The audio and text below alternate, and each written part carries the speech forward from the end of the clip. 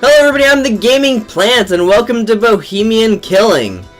I don't know too much about this game, but it sounded really cool from the Steam reviews and description. Pretty much, it's a kind of a courtroom drama, where as you're being interviewed, it'll flash back where your decisions there are going to affect how the courtroom plays out. It sounded really cool, and I'm really interested to see how it plays. And it has one of the best menu musics ever. This is just awesome. Alright, let's get into it. The game adapts to the choices you make. Each lie can change the verdict, for better or worse. So we're accused of murder, and we have to try to not get convicted of murder. Oh, there's so much to do. This could be really cool if it's done right. She should be here by now. Ooh. Check the time. Yeah. So let's get started. Okay.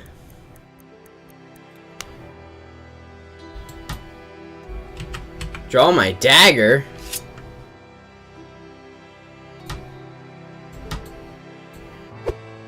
What am I doing? Am I going this way? Using the book on the table. Oh, okay, and then I'm taking time away. In-game runs like real life. It is important to arrange reliable testimony. Oh, there is so much. Oh, what's happening? I'm confused. What's going on? So I'm trying to get away with murder, I guess. Oh, that face is what's horrifying!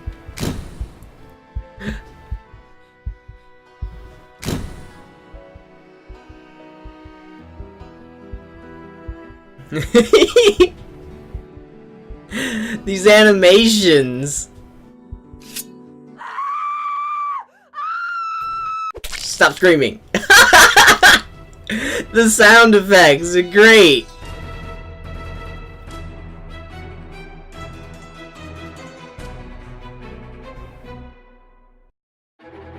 Bohemian Killing. Monsieur Eaton. What is happening? Monsieur Eaton. What? I'm confused. Those animations were not too great. Looked a lot like clay figures moving. Monsieur Eaton, I'm talking to you. Everyone looks plastic and fake. I'm sorry, Monsieur le Président. I was thinking. Do you understand the indictment? Sorry, but I have to ask the prosecutor to repeat. Monsieur Eaton, do you consider it to be a joke? You're charged with a serious crime. Please stay focused. Monsieur Prosecutor, please continue. As I said, I accuse Alfred Eaton of murdering Marie Capet on the 17th of October 1894 in Paris. That day, Alfred Eaton was at the theatrical premiere of Prométhée, Vol du Feu, which took place at Opéra Garnier.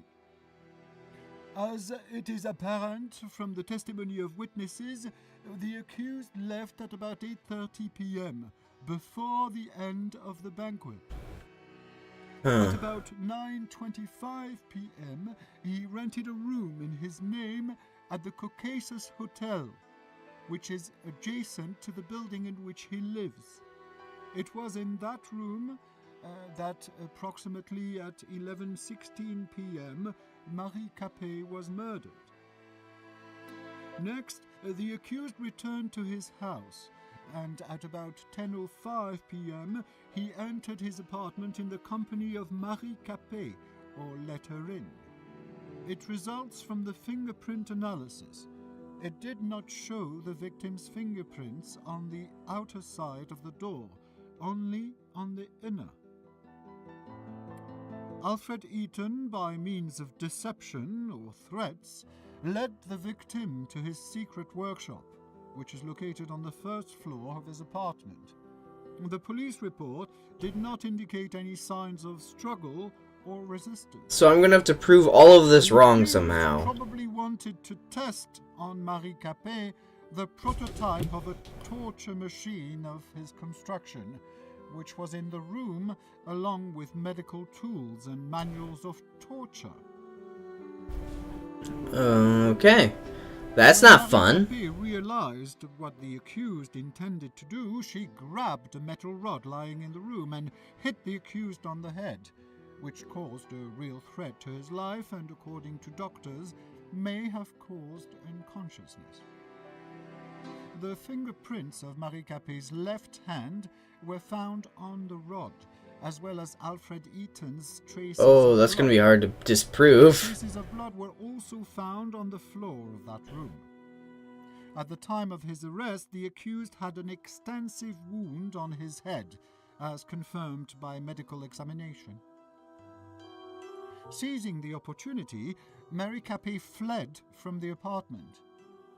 She was stressed and in a hurry. This was confirmed by her numerous fingerprints secured on the inside of the door of the apartment of the accused. Okay. Then, Marie Capet ran into a nearby hotel, the Caucasus. It was the same hotel in which the accused rented a room. As it appears from the testimony of the clerk, Marie Capet was extremely stressed, repeating the word doctor and police. Probably she wanted to call for help. When the clerk went to get some water to calm Marie Capet, she disappeared. Good lord. The next day, on the 18th of October, about 8:32 a.m., a maid found her body in a room rented by Alfred Eaton. It was covered with numerous fingerprints of the victim and of the accused. How did I get there? Traces of the victim's blood. Wasn't I just knocked unconscious? The cause of death was a severe blow to the abdomen in the liver area with a blade of about 14 centimeters length. The murder weapon, constructed by the accused, was secured in his apartment.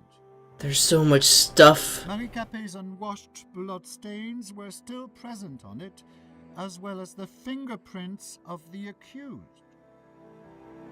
The accused is also charged by the testimony of one of the neighbors who passed the accused at the front door of the building in which they both lived at about 11:30 p.m. The witness testified that the clothing of the accused was stained with blood. Unfortunately, the said clothes were not found. Good, okay. That's good for me, at least. At the time of committing the alleged crime, the accused was sane, which means he acted consciously. For committed crimes, the accused shall be liable to life imprisonment or the death penalty. You'll never get me. Finally understood the indictment? Yes. Does the accused plead guilty to the charges against him? No. No, Monsieur le Président. Does the accused want to provide explanations? Oui, Monsieur le Président. Yeah. Monsieur le Président, could I ask you for some conversation time with my client? Of course. I just wish it would not take too much time. We've already wasted too much of it. Monsieur Eaton, please note that you can look through evidence at any moment. It is available by pressing tab. I will show the defense evidence to the court at the time of your uncovering during the testimony. It might surprise the prosecutor. If necessary, you can recall the string of events according to the prosecution by pressing the... Yeah, there's so much to keep up with. Do you need my help during testimony? I will give you my advice and remind you of important facts and events. No, I don't want help. I think that kind of ruins the whole point of the game of doing it, is he guides you along, and I don't want it. I'd rather just fail on my own merits here. And let's get started. Monsieur Eaton, what were you doing on October 17th, 1894? That's a good question. I don't know what I was doing. The theatrical premiere of Prométhée that day, which was sponsored by Le Feu, in which I am the lead designer. Starting at 7 p.m., I was at the premiere at the Opéra Garnier. Around 8:30 p.m. after the play, I found that I did not want to attend the dull banquet, and instead I preferred to work. I said goodbye to Hugo Argent, Président of Le Feu, and I drove home. Oh, so much French. I got there at about 9 p.m. You're lying about what has already happened. Okay.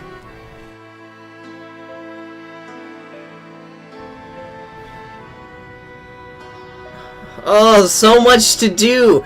For a moment, I admired the charming streets of Montmartre. Ah, it's beautiful.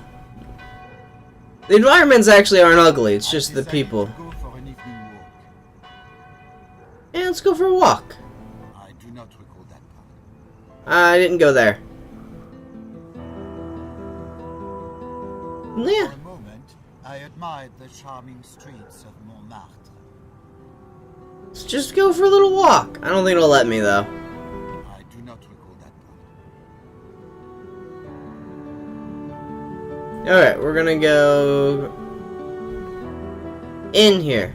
I admired the charming streets of Montmartre. What are we doing in here? Oh, what just happened? Oh, I got into a bar fight. I entered the Café de Paris cafeteria. I wanted to drink some good wine and eat a piece of cheese. A group of Parisian rabble tried to throw me out, screaming that there was no room for gypsy thieves. They beat me and threw me into the street. I was all covered in blood. Did you report this fact to police officers? No, Monsieur le Président.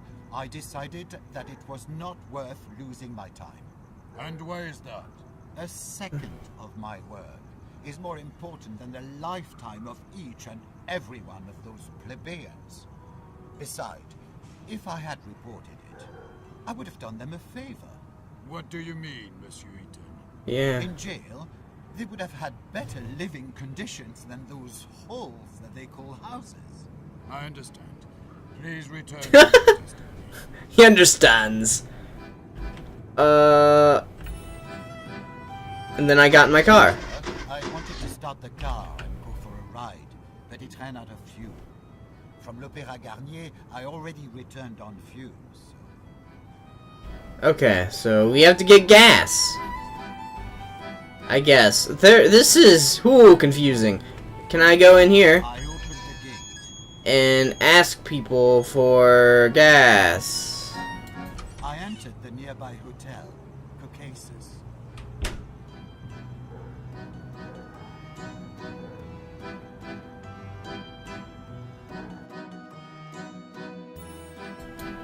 Okay.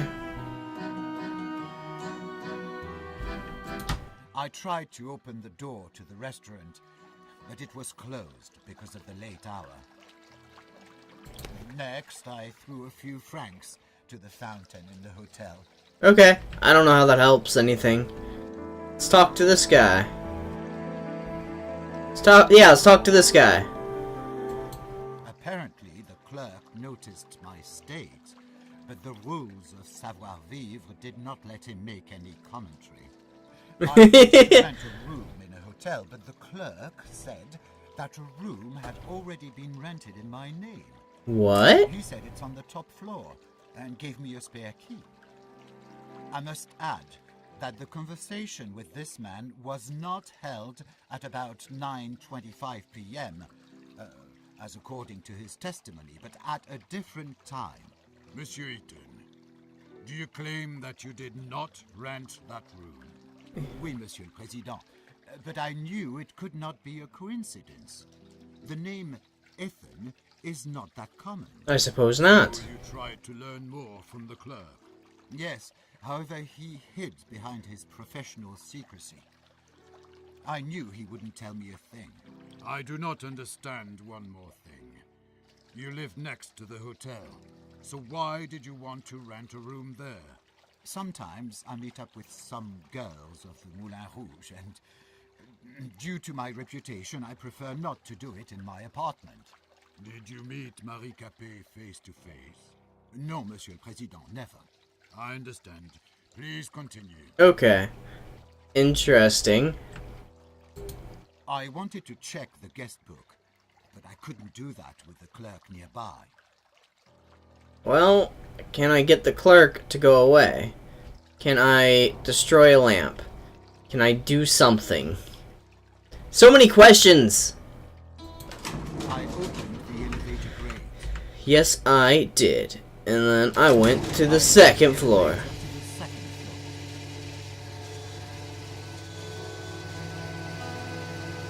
I really should be looking more at the evidence and seeing what I'm doing and how it's working. I should probably do that. I opened the elevator grate. Now, excuse me for one moment. Oh, there's so much stuff!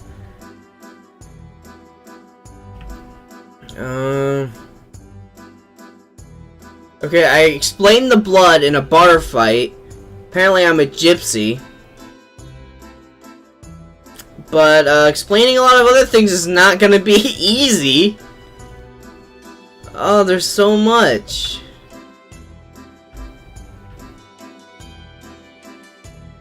Yeah, okay. Well, let's just wing it. Disproving the timelines is going to be one of the most important things to do. If I can say, no, you're wrong on the timeline, it brings doubt onto everything. It's also extraordinarily difficult because I don't actually know what time it is. I can check. I examined the historic tableware. Yeah, why not? What time is it? I wasn't paying attention. Okay. It's pretty early. What time was it supposed to happen? And then I read a newspaper. Because why not? Why not read a newspaper? Then I read cultural announcements. Then I opened the door. I opened the door. Which room is mine? This one? I opened the door and entered the room. I don't actually know what room was supposed to be mine.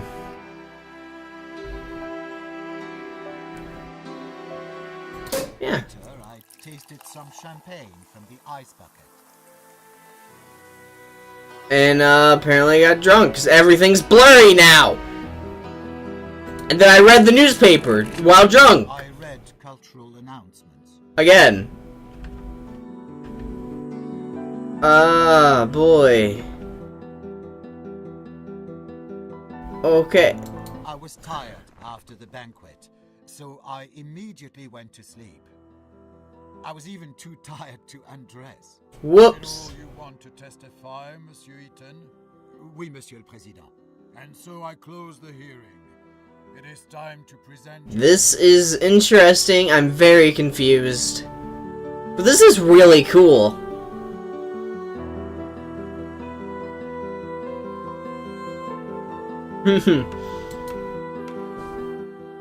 Monsieur le Président, the accused tried to trick himself off the responsibility. He used cunning rhetoric, trying to hide more and more of his new lies. However, in view of the evidence presented by the prosecutor, I have no doubt that Alfred Eaton, defendant who appeared today before the court, murdered Marie Capet in cold blood. Please, let the High Court not be deceived by his tearful stories about a poor gypsy from the country who gained his success with hard work, and which Marie Capet so cleverly tried to destroy. It was the accused who destroyed the life of a poor girl and her family with full premeditation. I did. And what did that poor girl do to deserve such cruel fate? She was searching for a better life, and was employed as a maid in the same building in which a dangerous psychopath lived. How much more could I have done there? According to the prosecution, the accused is guilty, Monsieur le Président. Therefore, Yeah, you're the I prosecution. call for recognition of Alfred Eaton, defendant who appeared today before the court, guilty of all charges against him, and for imposition of the death penalty by beheading on the guillotine. Thank you. No. Monsieur le Président, Monsieur Prosecutor used a lot of high-flown words. However, Yeah. during the preparation of indictment, he made many mistakes. As to the hotel room, my client had rented the room in the Caucasus Hotel on the night of the murder. However, as he testified, he had planned a meeting with a prostitute, not to murder Marie Capet. As to the alleged attempt to use the torture device on the victim, my client did not intend to use his interrogation device, which the prosecutor described It's a as bondage torture device. machine, neither on Marie Capet nor on Bondage anyone machine! else. It is important to emphasize the relationship of Marie Capet and my client. Oh god. According to the testimony What is of this? the parents, she felt a deep resentment and contempt, both for my customer and for his work and success. As to the meeting with Marie Capet in his apartment, my client has never met with Marie Capet in his apartment. We do not know where Madame Capet's fingerprints inside of that apartment came from. As for Yeah, that's kind of a weapon, problem for me, huh? please note, Monsieur le Président, that my client testified that he had not had the murder weapon on himself. The knife was in his secret workshop all that time. Everyone could have stolen it and then dropped it off. That's possible. As for the This murder, is not a very good defense, is as it? my client testified, he did not kill Marie Capet. So, who did? He's just frozen there. As for the testimony of the neighbor who saw Stop Alfred being Eaton frozen enter there. the building covered in blood. According to my client's testimony, that meeting had never taken place. Like, the others have animation and are moving, Testimony. and he's just frozen Taking there. into account the evidence from the neighbor's opinion, What are you doing? the witness might have had a motive, an aversion towards my client, and racial prejudice. Thank you, Monsieur le Président. Okay. What just happened?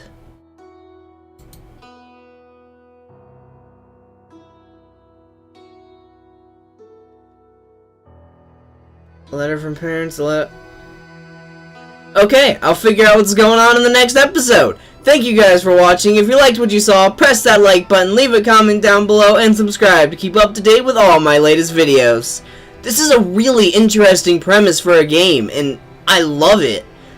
If this is done as good as it seems to be right now, there seems to be a lot of different tweaks and stuff you can do, and it's really cool. I look forward to playing around with it. Anyway, have a great day.